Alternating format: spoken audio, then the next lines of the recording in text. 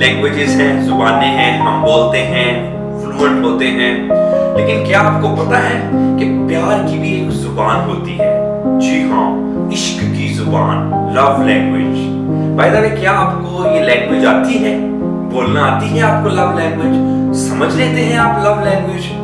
अगर नहीं, कोई बात नहीं, मैं आपको बताता हूँ लव लैंग्वेज को कैसे बोलना है, कैसे समझना है और इससे कैसे कम्युनिकेट करना है।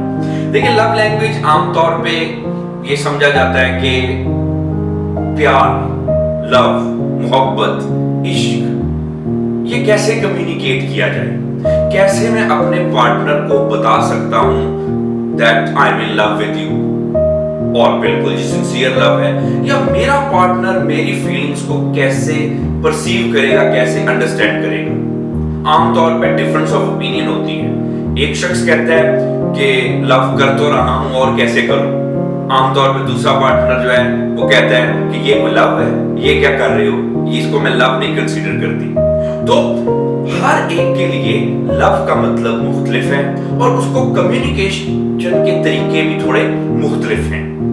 हर किसी का अपना अपना जैसे मेयार होता है, अपना अपना क्राइटेरिया है, इसी तरह से अपनी अपनी लव लैंग्वेज भी है, वो हमने सीखनी है। किसी के लिए प्यार का मतलब एप्रिसिएशन है, वर्ड ऑफ अफर्मेशन, एप्रिसिएशन, कि अगर आप किसी को एप्रिशिएट करते हैं, अच्छे अच्छे वर्ड्स कहते हैं, you know I love you too, जहां पे रखोगे रहूंगी, यू नो तुम नहीं तो मैं नहीं, आजमा के देख लो, तुम ये मैं वो, जरा सी तुम जो दिखाओ जुर्रत तो हम भी वैसा नाम कर ले, लैला मजनू जैसा। तो कुछ लोगों के लिए सिर्फ वर्ड्स इनफ होते हैं। जी हाँ, आप उनको बोलते जाएं I love you, this that and all that, they are super satisfied. अब इसमें एक चीज समझनी है, बाय द वे, जिनके लिए वर्ड्स काफी होते हैं उनके लिए वर्ड्स काफी होने नहीं चाहिए, क्योंकि सिर्फ वर्ड्स की तो बात नहीं ना होती। या we say that you know actions speak louder than words, तो फिर कुछ एक्शन भी होने चाहिए। अब इसमें एक और लव लैंग्वेज कुछ लोगों के लिए मुख्तलिफ है, वो जैसे मैंने आपको बताया कि action speak louder than words, उसमें जी एक्ट्स ऑफ सर्विस है। ये आमतौर पे ये मैच्योर लोगों के लिए बड़ा इंपॉर्टेंट है ये वाला एस्पेक्ट। कुछ लोग कहते हैं सिर्फ बातें ना करो, आई लव यू कह दिया, आगे इसको पार्टनर कहता है तुम्हारे आई लव यू का मुझे क्या फायदा। जी हाँ, और अगर तुमने कोई अच्छे अच्छे वर्ड्स कह दी, सिर्फ वर्ड्स ना किया करो, बातें ना किया करो, कुछ करके भी दिखाया करो। तो कुछ लोगों के लिए कुछ करना जो है लव का मतलब कुछ करना है, तो ये छोटे छोटे act of service, you know, आप हेल्प कर देते हैं, तो घर में आमतौर पे हस्बैंड वगैरह बर्तन धो देते हैं, यू नो, थोड़ा बहुत हेल्प कर दी किसी को काम में, इस तरह के जो एक्ट्स कर दिए जिससे आपको जनरली आपके पार्टनर को फील हो कि बंदा मेरी केयर कर रहा है। कुछ के लिए ये लव लैंग्वेज है, इस तरह से उनको लगता है कि प्यार करने का मतलब ये है, इस प्यार को कम्युनिकेट इस तरह से किया जाता है। आमतौर पे ये मैच्योर लोगों की एक इंडिकेटर है, एक निशानी है कि उनका जो मैच्योर लव होता है वो इस तरह से एक्सप्रेस किया जाता है। एक वीडियो में हमने ये डिस्कस किया था कि लव की डिफरेंट टाइप्स और होता कैसे है, लव कैसे ग्रो करता है, क्या स्टेज है लव की, उसमें इस चीज को भी डिस्कस किया गया था कि मैच्योर लोगों का लव आमतौर पे एक्ट्स ऑफ सर्विस उसका एक सेंट्रल पार्ट होता है। अच्छा जी, उसके अलावा कुछ तरह के और भी लोग होते हैं, दुनिया है तो मुख्तलिफ तरह के तो लोग होंगे। बाय द वे, आपने देखना है कि आपका पार्टनर किस कैटेगरी में फॉल करता है। तो जी, receiving gifts, oh my god, जी हाँ, किसी के लिए प्यार का मतलब होता है कि उनको गिफ्ट दिए जाए, और आजकल तो ज्यादातर लोगों के लिए ये मतलब है कि उनको गिफ्ट दिए जाए।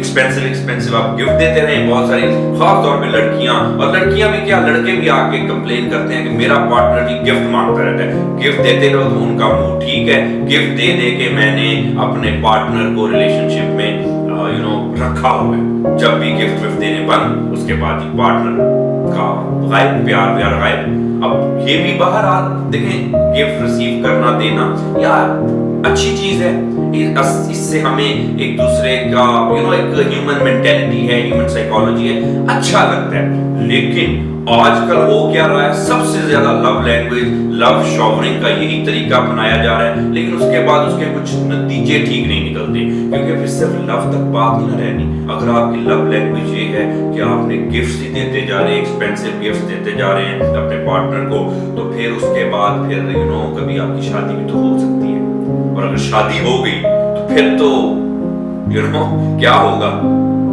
उसको वही आदतें पड़ी रहेंगी कि शादी से पहले तो मुझे इतने गिफ्ट देते थे या देती थी, अब क्या हुआ, प्यार उड़ गया, तुमने तो मुझे गिफ्ट दे दे के रोका हुआ था, अब तो मुझे वो चीज मिल नहीं रही, तो फिर क्या होगा इस चीज का अंजाम। तो गिफ्ट दिया करें, गिफ्ट लिया भी करें, लेकिन इसमें थोड़ा सा जरा इसमें हमने केयरफुल होना है कि अपने पार्टनर को बहुत ज्यादा गिफ्ट नहीं देने चाहिए, और खास तौर पे एक्सपेंसिव गिफ्ट नहीं देने चाहिए, उससे फिर कुछ अपने कॉन्सिक्वेंसेस जो हैं वो निकलते हैं। ज्यादातर जो है लड़कियां और लड़के ये कहते हैं कि हमारा पार्टनर जो है वो हमें एक्सप्लॉइट करता है। ऑब्वियसली एक्सप्लॉइटेटिव रिलेशनशिप ही है ये कि आपने गिफ्ट देके किसी को अपने साथ जोड़ा हुआ है। तो लेकिन कुछ की लव लैंग्वेज ये है, कोई खास मेच्योर लव लैंग्वेज नहीं है ये।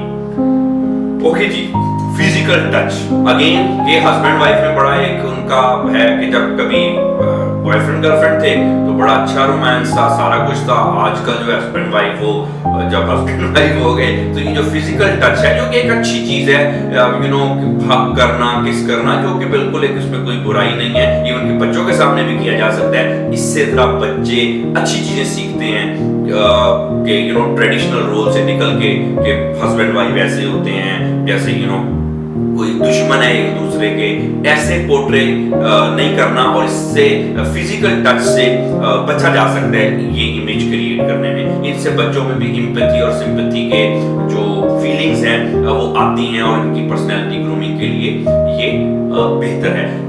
लेकिन फिजिकल टच आमतौर पर ये देखा गया कि हस्बैंड वाइफ में बहुत कम है। जब बॉयफ्रेंड गर्लफ्रेंड थे तो अक्सर वाइफ शिकायत करती हैं या हस्बैंड शिकायत करते हैं, पहले तो ऐसी होती थी, पहले तो वैसे होते थे, अब क्या हो गया। ये समझने की बात है कि अब क्या हो गया, जैसे पहले थे वैसे ही होना चाहिए, बल्कि ज्यादा होना चाहिए आपको। तो अब जी इसके अलावा भी बहुत सारे लोगों की लव लैंग्वेज होती है। कुछ ऐसे लोग भी होते हैं, कुछ लोग जमाने में ऐसे भी तो होते हैं, महफिल में हंसते हैं, तन्हाई में रोते हैं। कुछ लोग इन सारे लोगों से थोड़े मुख्तलिफ होते हैं। वो कहते हैं जी हमें बस केयर मिलनी चाहिए, हमें रिस्पेक्ट मिलनी चाहिए, एप्रिसिएशन होनी चाहिए, लॉयल्टी होनी चाहिए, बाकी ठीक है, बाकी ये तो चीजें ये तो चलती रहती हैं। तो जरूरी नहीं कि आपकी लव लैंग्वेज इनमें से कोई एक हो, ज्यादा भी हो सकती हैं।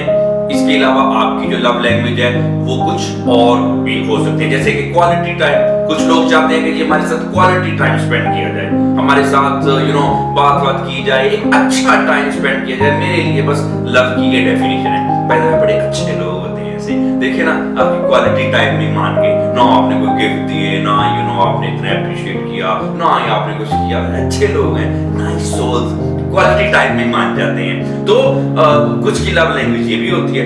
लेकिन अच्छा, हर एक लव लैंग्वेज के ना एक अपने प्लस माइनस है। आप देखें आपकी लव लैंग्वेज कौन सी है इनमें से, और जरूरी नहीं है कि आपकी एक ही हो, आप एक से ज्यादा कैटेगरी में भी फॉल कर सकते हैं। और अपनी लव लैंग्वेज देखिए और अपने पार्टनर की लव लैंग्वेज देखिए। अगर तो लव लैंग्वेजेस मुख्तलिफ हैं तो no problem, we are different people, होते हैं हम मुख्तलिफ लोग, उस तरह से ट्रीट कीजिए। लेकिन लव लैंग्वेज को चेक करते करते देखते देखते आपको बहुत सारे रेड फ्लैग्स भी नजर आ जाएंगे, उनको भी देखिए और उसके बाद फिर उस तरह से एक्ट कीजिए। अगर आपको किसी भी किस्म का रिलेशनशिप का मसला है, या आपका कोई कम्युनिकेशन का इशू है, आपका कोई ब्रेकअप हो गया है, या आपका मेकअप नहीं होता, या किसी किस्म के भी आपको इश्यूज हैं, अगर आपका पार्टनर नार्सिसिस्ट है, आपकी शादी नहीं हो रही, कुछ भी ऐसे इश्यूज हैं, और इस सिलसिले में आप अगर कंसल्ट करना चाहते हैं तो आप नीचे दिए गए नंबर से मुझसे कंसल्ट कर सकते हैं। अपना बहुत सारा ख्याल रखिए। Thank you very much.